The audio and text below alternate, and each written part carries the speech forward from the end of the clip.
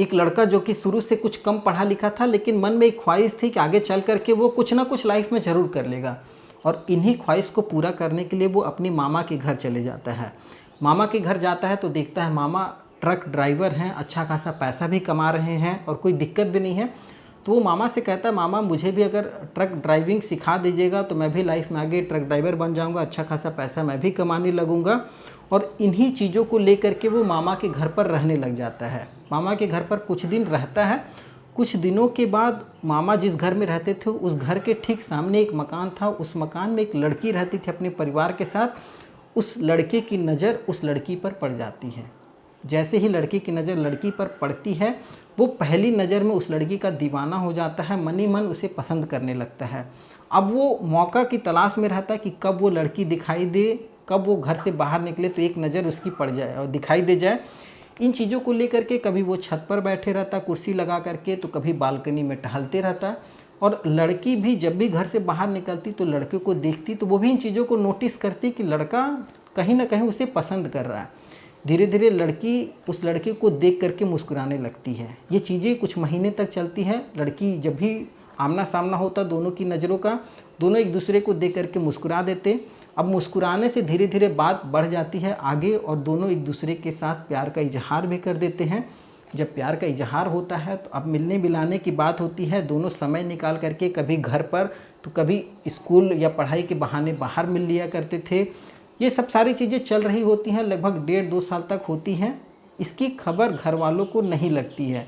घर वालों को जब खबर लगती है उस समय तक लड़का और लड़की घर से फरार हो जाते हैं। जब दोनों फरार हो जाते हैं तो घर वालों को ये खबर पता लगती है कि ये दोनों घर से फरार हो चुके हैं। और जब ये बात घर वालों को पता लगती है तो वो समाज में इज्जत बदनामी के डर से ना तो पुलिस केस करते हैं, ना ये बातों को फैलने देते हैं।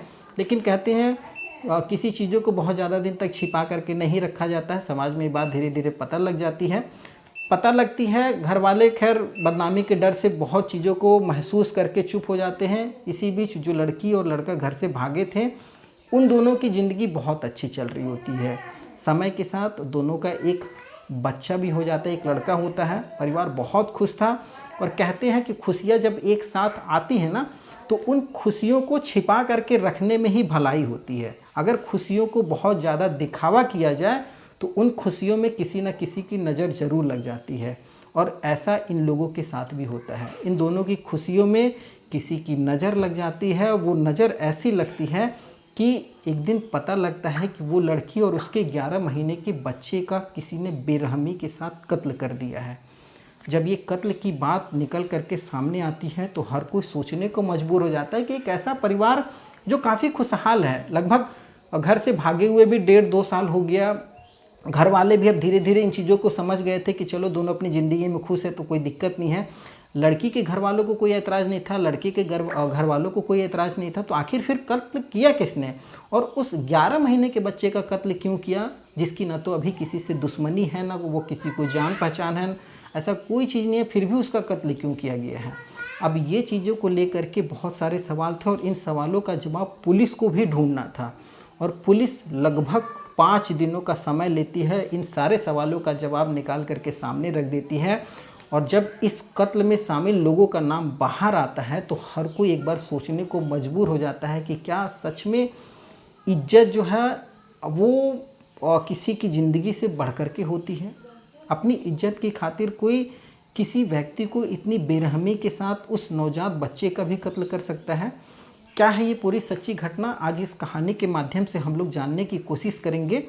नमस्कार, मैं सत्या सिंह और आप देख रहे हैं द बुड़बक मंच। दरअसल आज की जो ये पूरी सच्ची घटना है, ये घटना उत्तर प्रदेश के आगरा की है।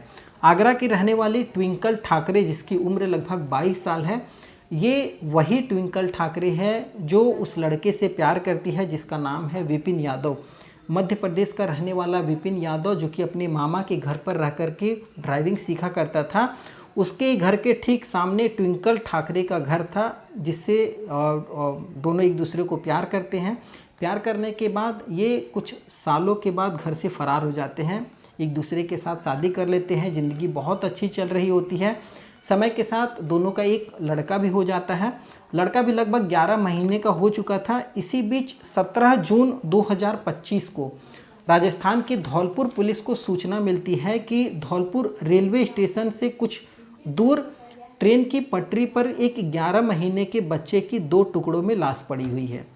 लगभग अब 11 बजे का ये समय था। पुलिस पूरी टीम लेकर के उस घटनास्थल पर पहुंचती है, उस लाश को अपने कब्जे में लेती है। पहली दफ़ा पुलिस को ये समझ में आता है कि हो सकता है ये ट्रेन एक्सीडेंट का मामला हो, कोई पैसेंजर बच्चे को लेकर के जा रहा होगा और उसके हाथ से बच्चा छूट गया होगा, जिससे बच्चे की एक्सीडेंट में मौत हुई है।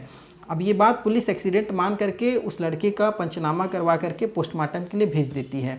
पुलिस अपनी जांच पड़ताल लगभग ख़त्म ही मान रही थी। इसी बीच लगभग 8 घंटे के बाद फिर से पुलिस को सूचना मिलती है कि उसी धौलपुर रेलवे स्टेशन के FCI गोदाम के पीछे शाम 7 बजे एक महिला की लाश पाई गई है। जब पुलिस को ये सूचना मिलती है, पुलिस की पूरी टीम उस घटनास्थल पर पहुंच जाती है। पुलिस उस लड़की को देखती है तो लड़की को पहली दफ़ा देखने में ही समझ में आ जाता है कि इसे किसी ने यहाँ पर मारा है, क्योंकि उस लड़की के गर्दन को किसी ने किसी धार चीज़ से काट दिया था। काटने के बाद उस लड़की को वहीं पर तड़पता छोड़ करके और वहाँ से जो कातिल है वो फ़रार हो गया है। पुलिस उस लाश को अपने कब्जे में लेती है। आसपास के इलाके को जब पुलिस छानबीन करती है तो लड़की के लाश के कुछ दूरी पर ही दो बैग पुलिस को मिल जाते हैं। पुलिस उन दोनों बैगों को जब खोलती है तो उसमें कुछ बच्चों के कपड़े थे, उस महिला के कुछ कपड़े थे और उन्हीं कपड़ों के बीच में पुलिस को एक कागज़ की छोटी सी पर्ची मिल जाती है। उस पर्ची में कुछ मोबाइल नंबर वगैरह लिखा था। पुलिस उस मोबाइल नंबर पर फ़ोन करती है तो ये फ़ोन सीधा विपिन यादव के पास पहुंचता है। मध्य प्रदेश का रहने वाला विपिन यादव, उसके पास जब ये फ़ोन पहुंचता है तो पूछा जाता है कि क्या कोई आपकी पत्नी और बच्चा वगैरह है। विपिन यादव कहता है हाँ, मेरी पत्नी और मेरे बच्चा है 11 महीने का। तो पुलिस उसे बुलाती है कि आप आइए, एक महिला और एक 11 महीने के बच्चे की लाश मिली है। जब विपिन यादव आता है, उस लाश की शिनाख्त करता है। शिनाख्त के तौर पर ये कंफर्म हो जाता है कि ये लाश ट्विंकल की है और ट्विंकल के बच्चे की 11 महीने के बच्चे की ये लाश है। पुलिस अपनी जांच पड़ताल कर रही होती है। इसी बीच जो पोस्टमार्टम रिपोर्ट होता है वो भी निकल करके आ जाता है। पोस्टमार्टम रिपोर्ट में ये पता लगता है कि लड़की का पहले गर्दन दबाया गया है। गर्दन दबाने के बाद जब लड़की की सांसें थम गई हैं तो उसकी गर्दन को किसी ब्लेड से काट दिया गया है। अब ये बात पोस्टमार्टम रिपोर्ट में आ गई थी, यानी हत्या कन्फर्म थी। उसके बाद उस 11 महीने के बच्चे की भी जो पोस्टमार्टम रिपोर्ट थी वो भी आ चुकी थी। उस पोस्टमार्टम रिपोर्ट में ये था कि पहले इस 11 महीने के बच्चे के हाथों को और दोनों पैरों को तोड़ा गया है, ऐंठ के तोड़ दिया गया है। तोड़ने के बाद इस बच्चे को ले जा कर के ट्रेन की पटरी के बीचों बीच रख दिया गया है और जिससे कोई ट्रेन गुजरी है उस बच्चे की 2 टुकड़ों में लाश कट गई है। अब ये जो बात पुलिस के सामने थी, इतनी दर्दनाक मौत, हत्या, पुलिस उस कातिल को ढूंढने की भरसक कोशिश करती है और कोशिश में पता करने की कोशिश करती है कि आखिर ये महिला अपने बच्चे को लेकर के घर से बाहर क्यों निकली थी, किसके साथ निकली थी। ये बात उसे विपिन यादव कहता है कि लगभग 16 जून को उसका भाई आया था, यानी ट्विंकल का भाई उसे विदाई करवाने आया था। अब काफ़ी दिन हो गए थे तो ट्विंकल का भाई और ट्विंकल का ही जीजा एक है मिथुन, ये दोनों आए थे विदाई करवाने के लिए। और ट्विंकल अपना पूरा बैग वगैरह तैयार करके वो मध्य प्रदेश के नर्मदापुरम से वापस अपने घर आगरा आ रही थी, क्योंकि विपिन यादव MP में नर्मदापुरम में रहता था तो अपने भाई के साथ वापस आ रही थी। इसी बीच पता लगता है कि इन दोनों की हत्या हो गई है। अब हत्या में जब नाम आता है ट्विंकल के भाई का और ट्विंकल के जीजा का तो पुलिस इन दोनों की तफ्तीश में जुट जाती है। पुलिस तफ्तीश में जुटती है तो पता लगता है मिथुन जो है वो घर पर है। जब पुलिस मिथुन को गिरफ्तार करती है, उससे कड़ाई से पूछताछ की जाती है तो पूछताछ में मिथुन पूरी बातों को उगल देता है। मिथुन जो कि ट्विंकल का जीजा था, उससे पूछा जाता है कि आखिर तुमने ये इस पूरे हत्याकांड को क्यों अंजाम दिया है, कैसे दिया है। तो वो बताता है कि हम लोग 16 जून 2025 को ट्विंकल को लेकर के वापस आगरा आ रहे थे। इसी बीच में ट्विंकल का उसके भाई नितिन, जो कि अभी फ़िलहाल में नाबालिग है, उसके साथ इसी शादी की बात को लेकर के झगड़ा हो जाता है रास्ते में। जब दोनों के बीच में झगड़ा होता है तो ट्विंकल भारी पड़ रही होती है। इसी बीच वो मतलब ट्विंकल का जीजा मिथुन और ट्विंकल का भाई नितिन, ये दोनों मिल करके ट्विंकल को मार देते हैं, गला दबाते हैं, गला दबा करके मार देते हैं। उसके बाद जो ट्विंकल का भाई नितिन होता है वो एक ब्लेड से लड़की की गर्दन को काट देता है। काटने के बाद वो उस बच्चे को उठा करके उसके 11 महीने के बच्चे को हाथ पैर तोड़ देता है। तोड़ने के बाद पटरी पर सुला देता है। ये इस तरीके से इन लोगों ने पूरी घटना को अंजाम दिया है। जब ये बात पुलिस को पता लग जाती है तो पुलिस अब ये जानने की भी कोशिश करने लगती है कि आखिर इस पूरे घटना को अंजाम देने के पीछे वजह क्या रही होगी।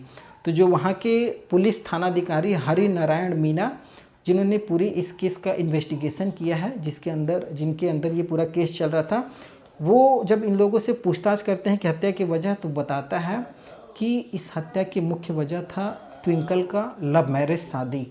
उस लव मैरिज शादी से ट्विंकल का जो मायका था यानी नितिन का पूरा परिवार बर्बाद हो जाता है। बताया जाता है कि ट्विंकल जिस समय घर से भागी थी प्रेम विवाह करके, लव मैरिज करके उस लड़के विपिन यादव के साथ, तो इस गम का जो सदमा था ये ट्विंकल की जो माँ थी उनके ऊपर सबसे ज़्यादा पड़ा।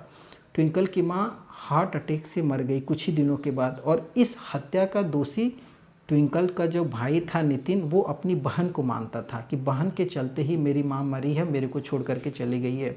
और इन चीज़ों का बदला लेने के लिए वो अपनी बहन से इस पूरे जो हत्याकांड इसकी प्लानिंग करता है, वो नाबालिग लड़का, और इस पूरे हत्याकांड को इतनी बेरहमी के साथ वो अंजाम देता है कि हर कोई सोचने को मजबूर था कि एक भाई जो अभी एक नाबालिग है और वो अपनी इज्जत की खातिर और अपने माँ की बदला लेने के खातिर अपने सगे भांजे को इतनी बेरहमी के साथ कत्ल किया और अपनी बहन को इतनी बेरहमी के साथ कत्ल किया। वो जीजा जो अपने